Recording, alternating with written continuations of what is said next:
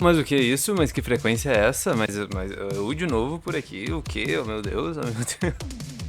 Buenas, gurizada. Caralho, que café bom. Buenas, gurizada, tudo certo? Você se lembra dessa arte aqui? Você se lembra dessa arte aqui? O vídeo de hoje é sobre ela. Nossa senhora, faz muito tempo. 2024 que eu fiz essa arte aqui. E eu criei vergonha na cara, né? Eu fui deixar ela nos trinks pra botar no portfólio. E eu gravei tudo isso, todo esse processo pra vocês, tá? Mas quase que eu não gravei, porque... eu tenho muita sorte, né, cara? Nunca repito isso. Meu arquivo corrompeu. Mas eu tava perfeitamente finalizando a minha arte. Eu já tinha salvo, eu já tinha terminado tudo. Eu tava em cal comemorando com uma gurizada. Até que aconteceu, né? Mas aí o Vandenberg, né? O gurizão aí que salvou o meu arquivo. Ele fez com que esse vídeo aqui fosse possível. Eu tô olhando pro lado errado. Eu não sei mais onde é que tá a câmera. Eu tinha feito um café tricremoso.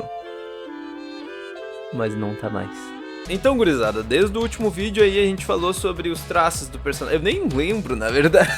Eu vou deixar a arte seguindo aí e vou contar um pouquinho sobre a ideia do overpainting que eu fiz, tá? Dentro do feedback que eu recebi pra melhorar minha arte, né? Que eu fiz em 2024. Então tinha bastante coisa aí pra melhorar. Beleza? Se tu é novo aí, considera te inscrever se tu gostar do vídeo, se tu gostar da arte também, se tu gostar e se tu já é inscrito, já é da casa aí, deixa o teu like e comenta pra gente conversar sobre essa arte e me diz o que tu achou. E agora sem mais enrolação, vamos pro vídeo que eu lembro que eu tava super hypado pra falar sobre esse mago maluco, louco aqui. Deixa eu ver se eu consigo mostrar pra vocês aqui, ó. Ó, dá um zoomzão aqui, ó, ver se pega no vídeo. Ó. Esse mago aqui é absurdo. Fazendo Bom, pessoal, para a premissa desse vídeo aqui eu quero trazer um negócio diferente. Eu quero realmente falar sobre a arte, sobre a ilustração nesse vídeo, né? A gente tem a história dos personagens, a gente tem a história da campanha, mas isso eu quero deixar escrito aqui nos comentários para que fique de uma maneira mais dinâmica. E aqui no vídeo, eu só meio que fale por cima dos personagens, um pouco da personalidade deles, que eu quis trazer na movimentação do corpo, né, nas intenções ali do personagem, que isso também é super importante pra gente falar sobre a composição, certo? Eu quero então iniciar falando, cara, sobre a diferença que eu tive da primeira arte, da primeira pintura que eu fiz há um baita de um tempo atrás, lá em 2024, em agosto de 2024 eu fiz essa primeira pintura, e a pintura que eu fiz agora, recentemente, tá? Deve ter sido, sei lá, 1 semana, 2 semanas antes de tu ver esse vídeo aqui, pronto. Eu enviei essa arte aí pra receber um feedback de um pessoal e dentro do direcionamento de arte que eles me deram, fiz algumas alterações nessas ideias aí, mas eu peguei muita coisa e aprendi muita coisa com isso. Então, cara, isso aí é um negócio excepcional. O pessoal que já tá dentro aí fazendo grandes projetos, eles ainda trabalham com essa questão de feedback.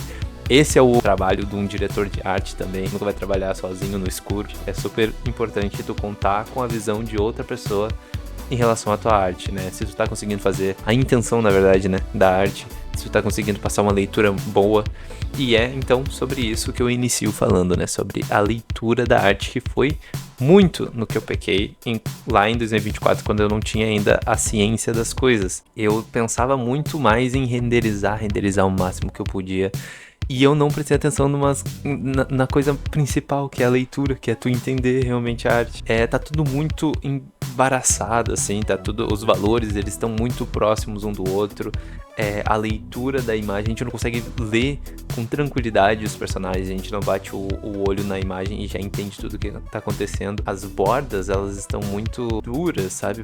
Aparece demais as linhas ali. Line art, que eu trabalhava naquela época, só que eu nunca gostei de trabalhar com line art. Dentro da arte que eu quero seguir hoje, eu já acho que não faz muito sentido eu ter isso dentro do meu processo de ilustração, então foi uma das coisas que eu quis tirar. Eu já fiz outros projetos mais recentes que utilizavam a line art, mas mesmo assim é algo que não me chama muita atenção. Essa foi uma das coisas que com esse overpainting eu, graças a Deus, tive a oportunidade de mudar. Isso foi crucial para eu conseguir passar uma legibilidade da arte melhor também, que é o que eu quero falar agora com vocês. Como eu acredito que eu já tenha dito aqui nesse vídeo, a legibilidade ela é muito mais importante do que a renderização pesada. Então, eu foquei bastante nisso, nesse overpainting. Tu consegue ver, principalmente ali onde tem a mão do mago, o maluco, com a luz, com a energia, o calor emanando da palma da mão dele. É o vilão master da dungeon ali, né? É o final boss de toda a dungeon.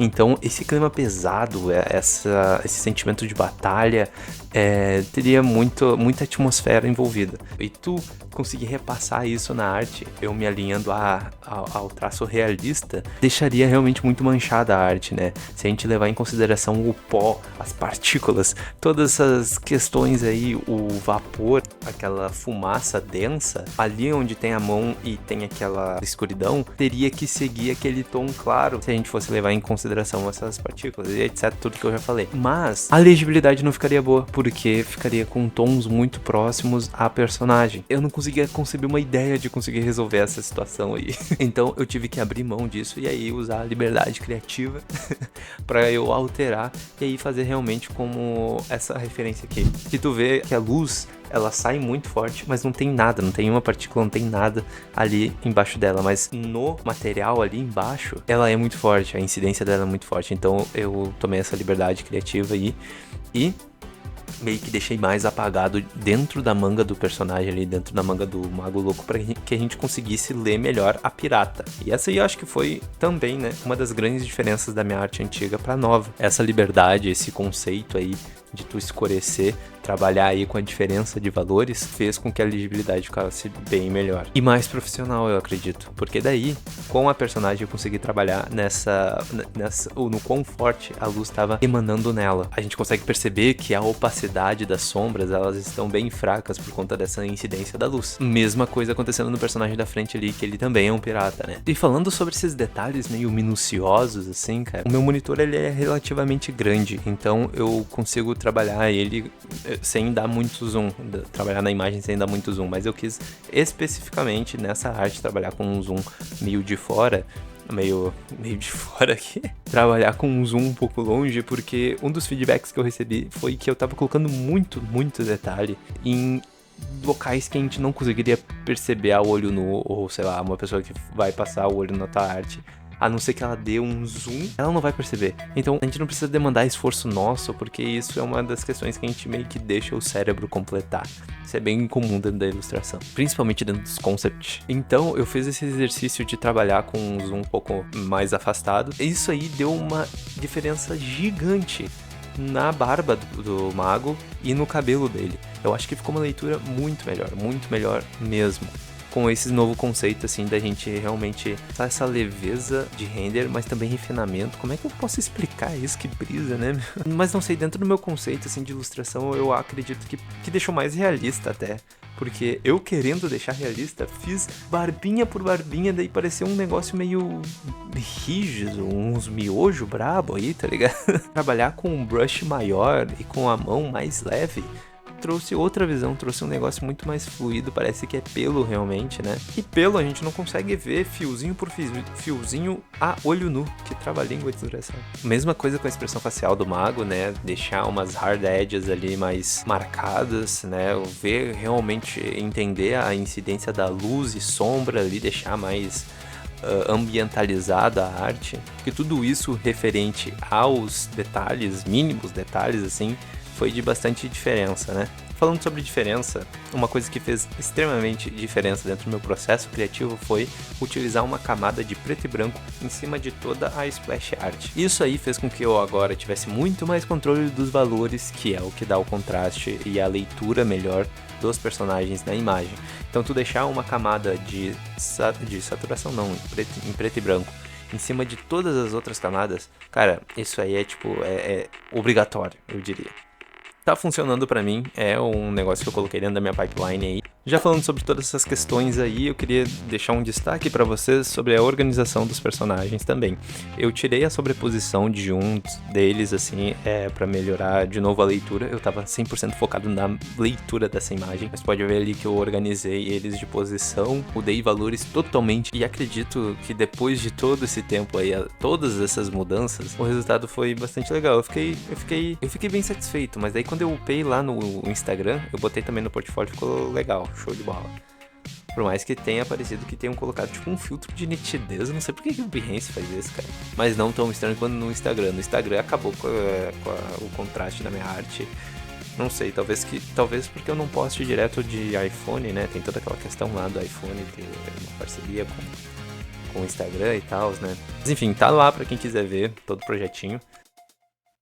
Buenas, gurizada, faz mó cota que eu não apareço aqui pra gravar, mas vocês nem vão notar. Bora falar dos personagens então, mas primeiramente deixa eu só contar pra vocês o que é a lore, né, o que é a história. Basicamente, esses nossos heróis aqui, eles estão pra cumprir um desafio numa masmorra super famosa aí de Waterdeep, né? Chamada Undermountain, que é comandada por um mago super poderoso e maluco, Halaster Blackcloak. Quem chega no final é concedido um desejo. Essa masmorra, ela é gigantesca, ela tem mais de 20 níveis aí de profundidade e cada nível tem o seu próprio bioma e seus próprios habitantes. Então tô pensando num negócio que é gigantesco. E aí os nossos aventureiros aqui, né, estão aí para enfrentar esses desafios e conseguir derrotar esse mago aí que ele reina como um deus, né?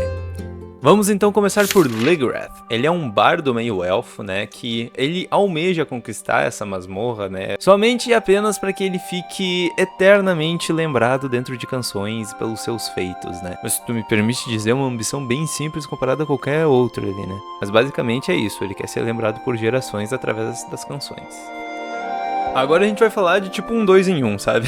Vamos começar falando da Elora. Ela é uma Genasi, né? Os Genasi, eles são uma raça bastante ligada aos elementos. Essa aí é uma da tribo do ar. Ela sempre foi muito aventureira, né? Mas depois de ela zerar tudo que tinha pra fazer ali naquela pequena vila dela, ela foi capturada aí por um insectoide. Eu acho que na visão dela, ela meio que teve sorte, né? Porque ela embarcaria numa aventura aí que ela nunca teria imaginado. E aí acabou que ela fez parte de um grupo pirata, né? Eles iam parando de lugar em lugar, né? E teve um lugar que eles pararam que tinha tipo um centro de pesquisa científico, assim, sabe? Cheio de organismos in vitro. E dentro desses vitros, uma criatura meio estranha, parecia algo meio élfico, assim, sabe? De uma pele completamente branca. E ela meio que quebrou, salvou aquela criatura que tava pedindo muito por ser salva. E ela pegou essa criatura aí, todo o grupo ali dos piratas levaram essa criatura pra dentro do barco deles. Essa criatura não sabia nada, mas era um elfo estranhão. Não sabia nome, não sabia o que era cheiro, o que era sentimento, não sabia nada. Mas ele aprendia muito rápido. Então,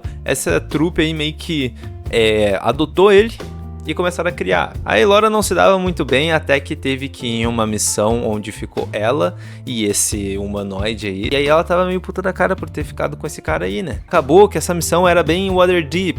Sabe aquela cidade onde fica a masmorra do Halaster Blackcloak, a Undermountain? Eles foram fazer essa missão e aí os piratas meio que deixaram eles, abandonaram eles ali. Mas aí o elfo branquelo salvou a vida da Elora. E aí a Elora começou a considerar ele fortemente como um irmão. Eles começaram a desenvolver ali uma relação, papapá. Aí o pálido começou a desenvolver sentimentos por ela, coisa que ele não entendia. E aí a Elora achou que já era mais do que na hora de dar um nome pra esse cara. Daí ela considerou ele como irmão e o nome virou Aeros Venti. Araen Venti. E aí eles escutaram aquela história de realizar um desejo se eles completarem a masmorra do Undermountain, né, do Halaster Blackcloak. Meu Deus, isso aí é uma trava-língua desgraçada. E aí o Araen queria dar esse desejo pra ela reencontrar os piratas, né, tendo o próprio navio dela. Só que o Araen não sabia que, na verdade, a Elora queria transformar ele em um humano de verdade, pra ele ter sentimentos de verdade, pra ele entender e desfrutar do mundo como ele realmente deve ser desfrutar. Olha que lindo isso. Bora pra outro 2 em 1, porque agora a gente tá falando de irmãos, primos, na verdade. O cara esfumaciado aqui em questão é Morpheus, tá? Ele é um Shadar-kai, que caso tu não saiba, eles prestam serviços para Raven Queen, que tem um poder lá que, se ela precisar, ela pode instalar um dedo e aí ela toma controle sobre todos os Shadar-kai, que não tem como dizer não pra ela, a não ser realizar aquela ordem que ela deu. E ele tem muito medo disso, e ele quer se safar disso, porque ele é bonzinho. Então ele estudou sobre essa história aí do Halaster Blackcloak, e ele quer realizar o desejo dele de ser livre, de não ter que ficar aí vivendo com medo de ser chamado pela Raven Queen e ter que fazer atrocidades aí. Ele tem esse pensamento junto ao Vincent, que é o primo dele que tá aqui com a lança embaixo, né, apontando pro Halaster. Mas já te contando uma fofoca, pelo menos isso é o que o Morpheus acredita. O que na verdade não é mais pura verdade. Deixa eu te contar a fofoca, cara. O Vincent, o primão aqui, que é fortão, né, ele quis garantir a liberdade dele de uma forma mais garantida na visão dele. Foi diretamente com a Raven Queen lá e falou assim, olha só, tu quer teus artefatos, né, que o mago tem? Eu consigo ali pra ti, mas em retorno disso, eu quero a minha liberdade.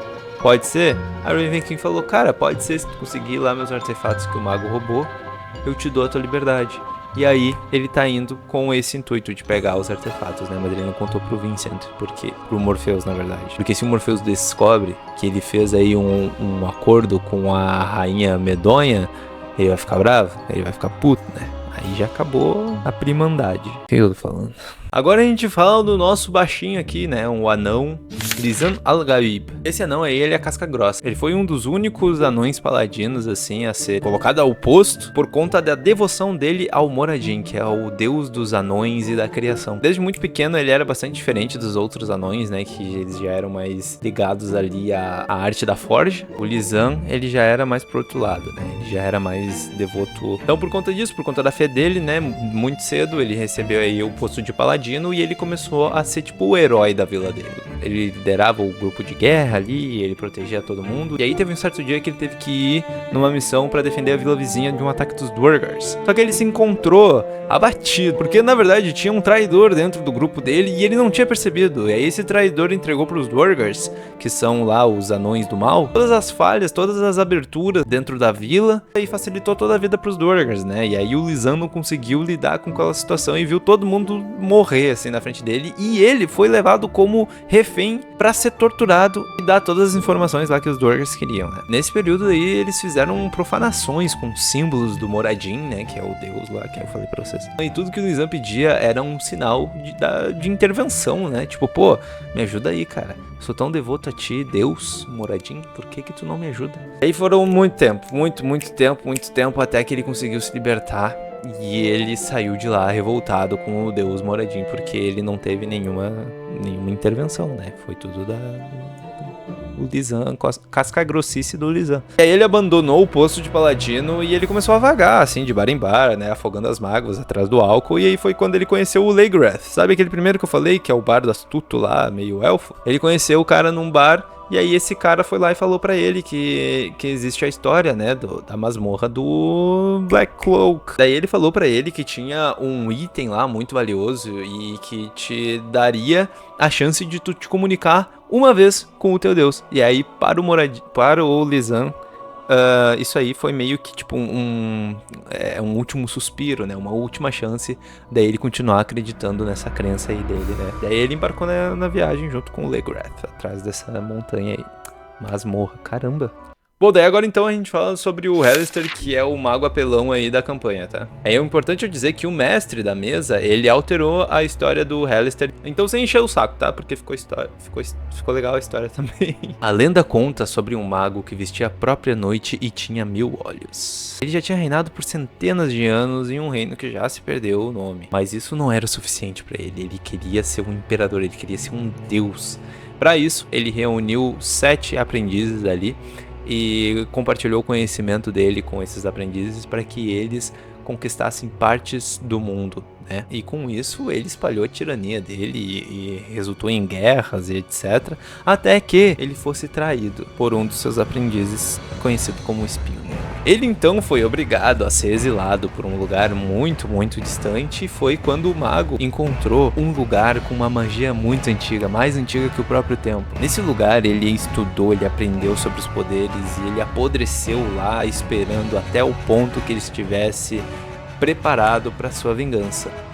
E aí então ele se libertou, meio que fez esse espinho negro aí de cachorrinho até que ele jurasse a lealdade a ele de novo. Então tu imagina o que esse mago aí não deve ter feito, né, cara? Com isso, né, depois de ter novamente seus 7 pupilos, ele criou aí a masmorra de Undermountain, que foi onde ele começou a reinar e tocar o terror, e era isso aí, né? E aí então ele foi pegando criaturas de diferentes planos, né, e trazendo pra dentro da montanha dele pra ele atrair mais guerreiros, né? Com a ideia de que quem derrotasse ele daria esse desejo a ele. Mas enfim, ninguém nunca conseguiu, ninguém nunca chegou perto.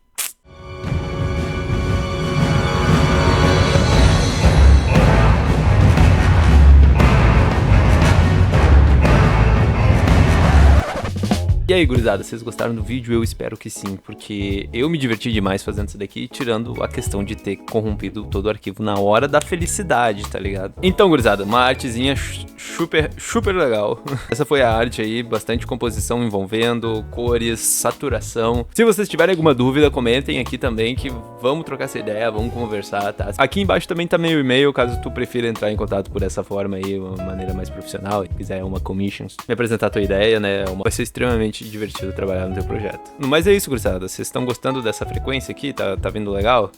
Falem comigo, cara. Falem comigo. E YouTube, me ajuda também a trazer os nerds pra cá. Toda essa comunidade, por favor. Muito obrigado.